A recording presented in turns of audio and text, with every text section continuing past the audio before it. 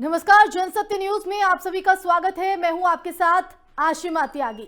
किसान और सरकार कृषि कानून को लेकर आमने सामने है। कृषि बिल को लेकर न सरकार झुकने को तैयार है और न ही किसान एकदम पीछे हटने को तैयार है। ऐसे में गतिरोध बरकरार है। कई दौर की बातचीत भी दोनों के बीच हुई, मगर नतीजा वही ढाक के तीन पात। किसानों का शक्ति प्रदर्शन, वार्ता से पहले ताकत दिखाने की कोशिश।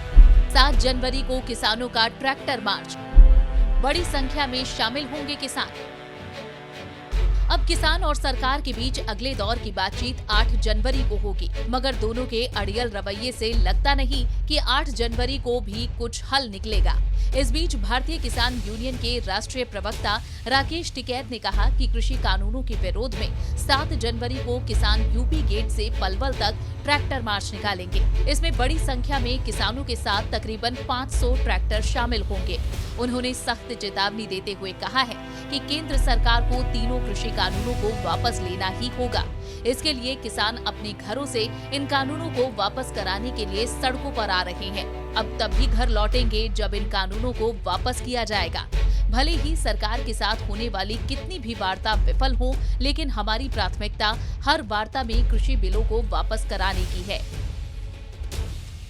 तारीख पर तारीख क्यों? सरकार की नीयत में ही खोट। किसान संगठनों के प्रतिनिधि मंडल के साथ वार्ता के लिए तारीख पर तारीख सरकार की नीयत पर संदेह पैदा कर रही है।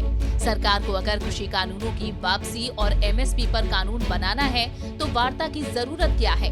यूपी गेट पर किसान आंदोलन स्थल पर उन्होंने कहा कि हर बार किसान प्रतिनिधि मंडल सरकार के बुलावे पर सकारात्मक ऊर्जा के साथ वार्ता के लिए जाते हैं, लेकिन हर बार विफल होकर लौट आते हैं। ऐसे में सरकार की नीति और नीयत से भरोसा उठता जा रहा है। सरकार ये समझ ले कि नए कृषि कानून किसान मंजूर नहीं कर रहा। अगर समझ में आ गया हो तो इसे तत्काल बिना वार्ता के वापस लिया जाए। किसान सड़कों पर हैं, यहाँ बारिश है, ठंड है, लेकिन जज्बा मजबूत है। किसान अपना हक लेकर ही घर लौटेगा।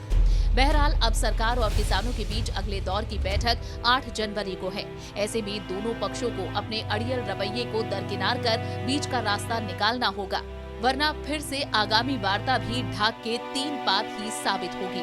Bureau report, Jansatya news.